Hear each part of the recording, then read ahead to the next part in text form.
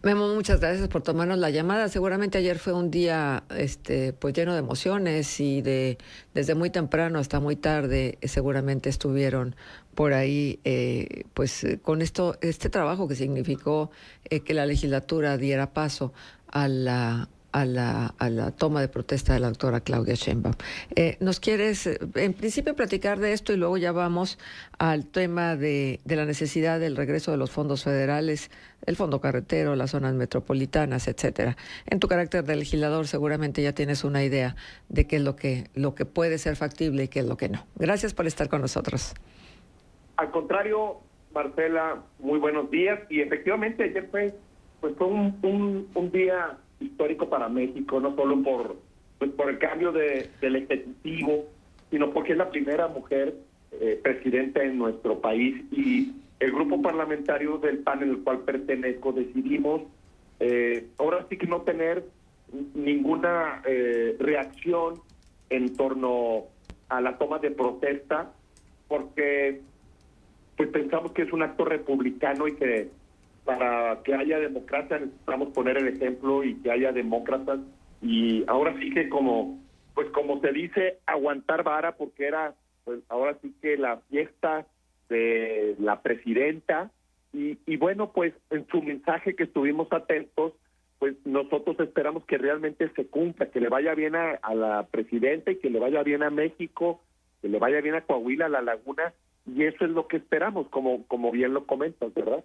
Claro, por supuesto. Muy bien.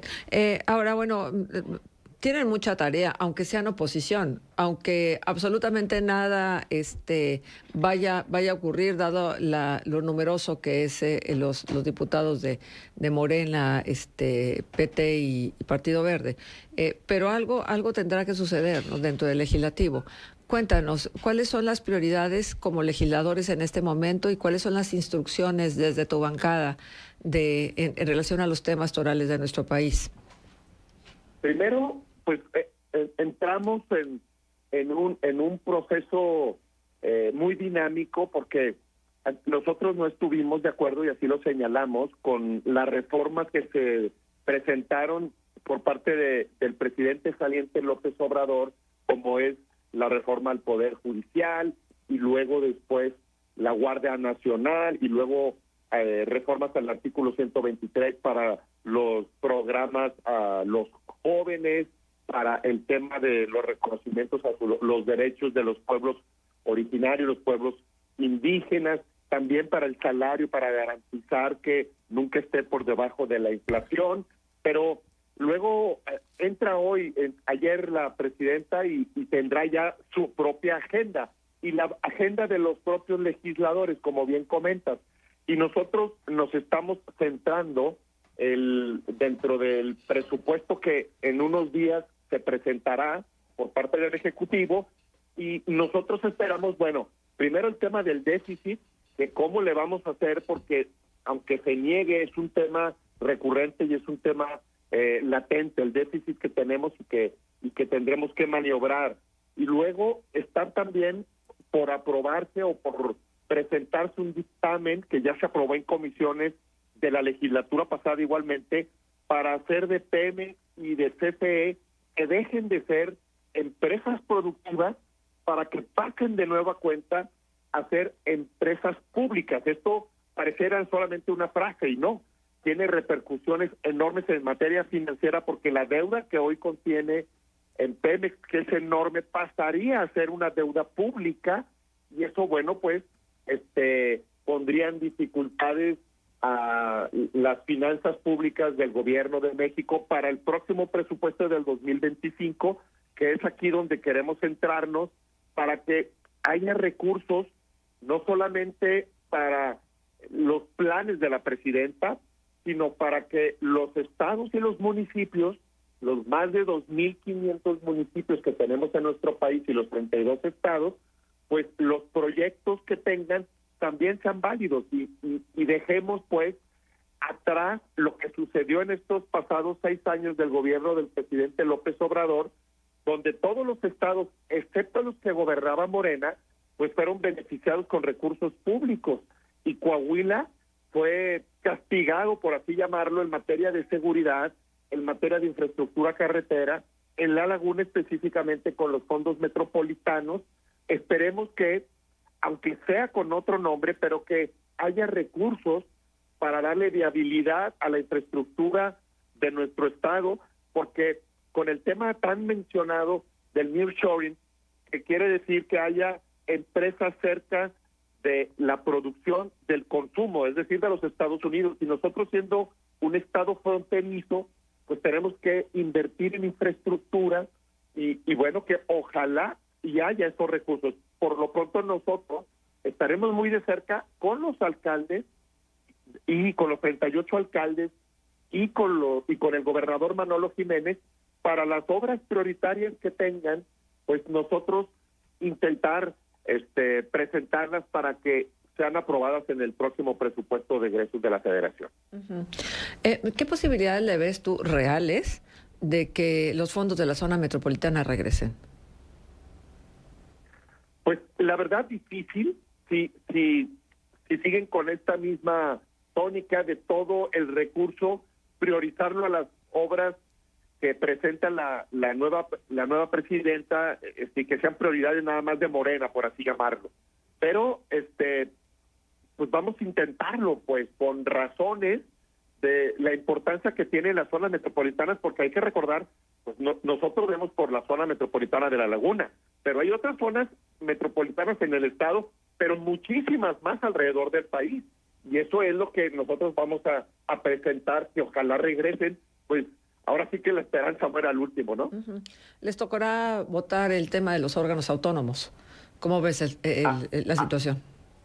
Así es, todavía no se va a presentar estas próximas semanas, es decir, el día de hoy tenemos sesión en un rato más, y no vamos a votar ningún dictamen hasta la próxima semana, martes y miércoles, que es un poco el que te digo de la CFE y Pemex, uh-huh. Y a lo mejor dentro de 15 días está el tema de la desaparición de los órganos autónomos, que nosotros por supuesto que estamos en contra, votaremos en contra, argumentaremos en contra, porque sería un gravísimo error desaparecer órganos autónomos y bueno, pues así como esos que te platico de la CFE, el de Pemex y los órganos autónomos son temas prioritarios en la agenda nacional y que nosotros vamos a votar en contra, argumentar en contra, pues porque pensamos que va a dañar enormemente la vida pública de México desaparecer los órganos autónomos que tanto tiempo nos costó construir, no acción nacional, no un solo partido político, sino son logros de la sociedad civil que va a dañar enormemente el tema de la transparencia, la rendición de cuentas, que a partir del 2000, de la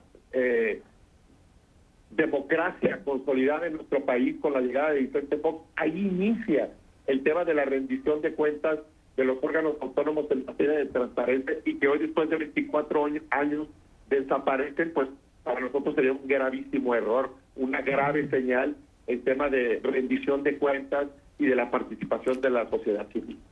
¿Qué tal, Memo? Buenos días, habla Manuel Cerrato. Hola, Manuel, muy buenos días. Buenos días, Memo.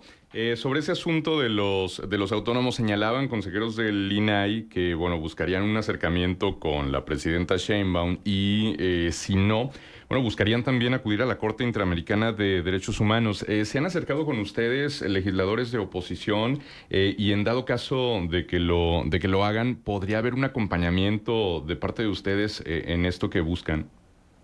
Así es, mira, vamos a tener pronto estos encuentros con los comisionados y por supuesto que es un tema que nosotros ya hemos planteado de acudir a la Corte Interamericana de los Derechos Humanos, pero también el tema del Poder Judicial, la reforma del Poder Judicial, que también está violando los derechos de los trabajadores que ayer mismo se volvieron a manifestar en gran parte del país. Vamos a acudir no solo a la revisión del TECMEC, porque necesita haber una comisión especial para la revisión del TECMEC, que seguramente lo va a proponer la nueva presidenta o el nuevo presidente de los Estados Unidos el próximo mes, en noviembre. Uh-huh. Y nosotros debemos de estar preparados con ello para la revisión del TECMEC y también acudir a la Corte Interamericana de los Derechos Humanos en el tema del Poder Judicial y también en el tema que comentamos de la desaparición los órganos autónomos. Ujú. Ahora, la discusión del presupuesto, más o menos, ¿cuándo va a ser? ¿Noviembre? ¿Principios de diciembre?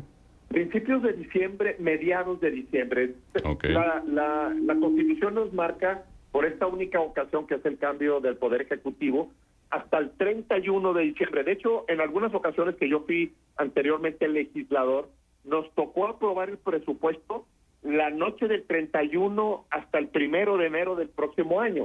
Pero al haber esta mayoría tan grande de Morena y de sus aliados, nosotros pensamos que será a partir del 15 de diciembre como máximo cuando se apruebe el presupuesto de la Federación para el 2025. Muy bien. Ajá.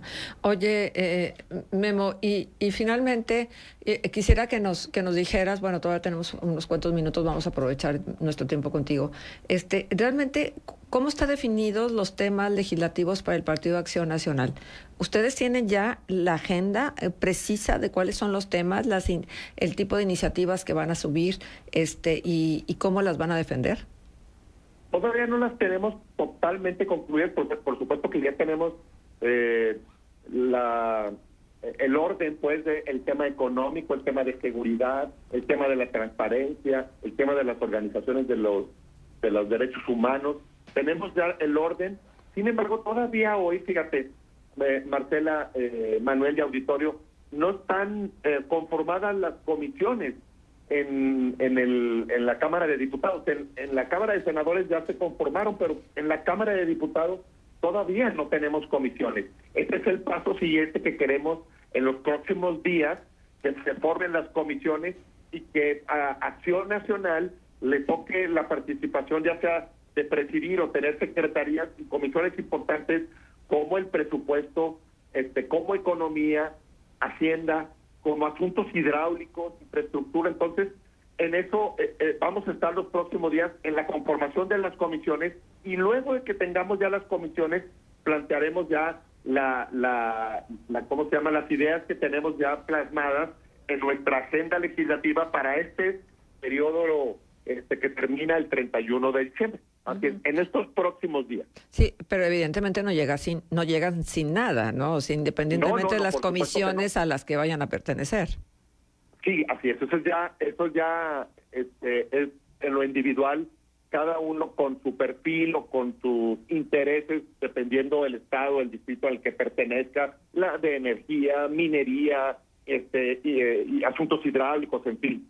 Pero tenemos ya la agenda legislativa, que esa la formamos antes de entrar el 1 de septiembre. Es decir, nosotros tuvimos una reunión que le llamamos plenaria sobre la priorización de la agenda legislativa por temas, como te decía hace un momento, el económico, que es una de las principales, el de seguridad, el de justicia, y que tenemos ya iniciativas que vamos a presentar una vez que ya estén conformadas las comisiones, porque todas las iniciativas forzosamente van a comisiones, y nos hemos entretenido en la aprobación abrupta de las iniciativas y las dictámenes que estaban desde la legislatura pasada, que fueron prioridad. Entonces, a partir de 15 días más, estaremos empezando a presentar el paquete de iniciativas como grupo parlamentario de los temas prioritarios que sacamos adelante en la plenaria del 29 y 30 de agosto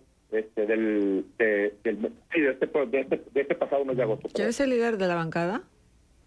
¿Perdón? ¿Quién es el líder de la bancada del Partido Acción Nacional? Noemí Luna es la coordinadora. Son mujeres coordinadoras tanto en el grupo parlamentario de Acción Nacional como en el grupo parlamentario de los diputados como del Senado. Ahora, como estamos en un proceso también de renovación de la dirigencia nacional, y hay dos personas, Adriana Dávila y Jorge Romero, que será el 10 de noviembre próximo, cuando se elija la nueva jefa nacional de Acción Nacional, que tendrá él o ella la responsabilidad de nombrar a el coordinador o la coordinadora en forma definitiva. Es decir, estos nombramientos fueron provisionales por Marco Cortés, que saldrá el 10 de noviembre. Entonces, habrá a lo mejor la ratificación de ambas, o habrá movimientos en las coordinaciones de del Senado y de la Cámara de Diputados. Las comisiones en las que se integra cada uno de ustedes, ¿ustedes las eligen o las elige el partido o de la misma Cámara determinan? Ahora sí que las tres cosas, es decir, cada uno en lo personal pues desarrolla cuáles son las prioridades, como te decía, dependiendo tu distrito, tu interés, tu profesión o tu perfil. Y luego el grupo parlamentario hace una lista de los perfiles dependiendo pues su experiencia, su capacidad, su perfil. Y luego se hace una negociación entre los diferentes grupos parlamentarios ya en la Cámara y dependiendo el número, porque la ley orgánica del Congreso te señala que dependiendo el número de legisladores, el porcentaje en la Cámara es el porcentaje que tienes de comisiones. Ahora, en la negociación, pues está también qué comisiones puedes negociar para que no te dejen si te dejen presidir o podamos presidir cada uno de los diferentes grupos parlamentarios, hablando de Acción Nacional, pues comisiones importantes. Por ejemplo, una muy importante para mí es presupuesto, otra muy importante es asuntos hidráulicos, que es un tema no solo importantísimo para la laguna, para terminar el proyecto de agua saludable, para que realmente vaya a tener beneficio a los municipios de la laguna de Coahuila y de Durango, y temas como presupuestales de los que hablábamos para infraestructura, fondo metropolitano, etcétera, y otros como energía o justicia o puntos constitucionales son algunas de las comisiones que a mí me interesaría ya sea presidir o integrar. Y así cada uno de los diferentes legisladores tiene su interés por las múltiples comisiones que hay, y en estos días ya se integrará pues las comisiones que hoy todavía están a cerrar. Como diputado, ¿qué puedes hacer para empujar la idea y la necesidad, sobre todo, que se visibilice de que se haga algo por las carreteras del país? La Cámara Mexicana de la Industria de la Construcción, así como muchos otros organismos, han venido haciendo un señalamiento muy puntual sobre esta gran necesidad. ¿Tú puedes hacer algo, Memo? Sí, por supuesto que sí. ¿Qué? Es decir, no importa que no seamos mayoría. Es decir, sí, ya sabemos que no somos mayoría, ya se ha pasado. Es decir, lo que no tienen mayoría, antes, hace algunos años, era el PRD, lo que hoy es Morena, o lo que antes era el PRI, que tenía una mayoría y que hoy no es. Eso va cambiando. No importa que no tengas mayoría, para tratar de convencer con argumentos de que el presupuesto lo puedas redireccionar. Hoy que ya pues se hizo las obras que le interesaban al entonces presidente López Obrador, del Tren Maya, el aeropuerto, en fin, pues que hay otras obras prioritarias de la presidenta, pero también nosotros tenemos voz para convencer al Ejecutivo y a los legisladores de que una parte del presupuesto vaya a infraestructura, porque pues así como están las carreteras destrozadas de Coahuila, así están las carreteras destrozadas del país. Y entonces, pues necesitamos dedicarle recursos también a esta infraestructura. Ajá. Y eso lo vamos a hacer pues tratando de convencer con argumentos, que se tienen los argumentos, porque vamos a hacer la voz pues de muchos sectores del transporte, por decir algunos o los menos, en el tema de infraestructura.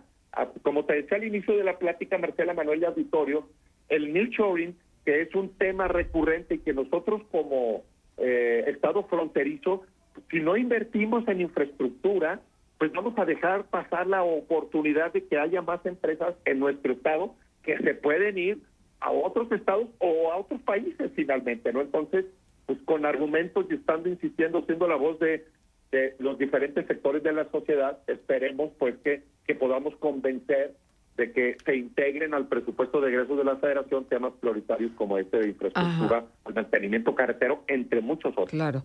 Nos quedan 30 segundos. Claudia Sheinbaum se compromete con Coahuila a reorganizar las concesiones del agua, a rescatar a los mineros y a modernizar la carretera 57. ¿Cuál es tu opinión? Esperemos que así sea, ¿no? Y yo creo que ahora sí que también las buenas gestiones del gobernador podrán influir en eso y nosotros acompañar a las prioridades del gobierno del estado y de los municipios, que estoy empezando a entablar comunicación con los 38 alcaldes para sus prioridades, pues llevarlas al presupuesto en la medida de las posibilidades, para que, así como las planteó el gobernador con la presidenta, los alcaldes que no tienen voz no van a reunirse cada uno de los 2.600 o 2.500 municipios con la presidenta. Nosotros sí podemos ser la voz, en nuestro caso de los 38 alcaldes de Coahuila, para presentar sus obras prioritarias para el 2025 en el presupuesto de egresos de la Federación, y ojalá y sean incluidos. Bien. Memo, muchas gracias por esta primera conversación ya en tu carácter de diputado, ya que ya habíamos platicado, no me acuerdo, pero finalmente un día después de un hecho histórico. Muchísimas gracias. Al contrario, Marcela, Manuel y auditorio, muy buenos días. A la Gracias, Memo. Gracias. Igualmente. Guillermo Anaya, diputado federal, estuvo con nosotros.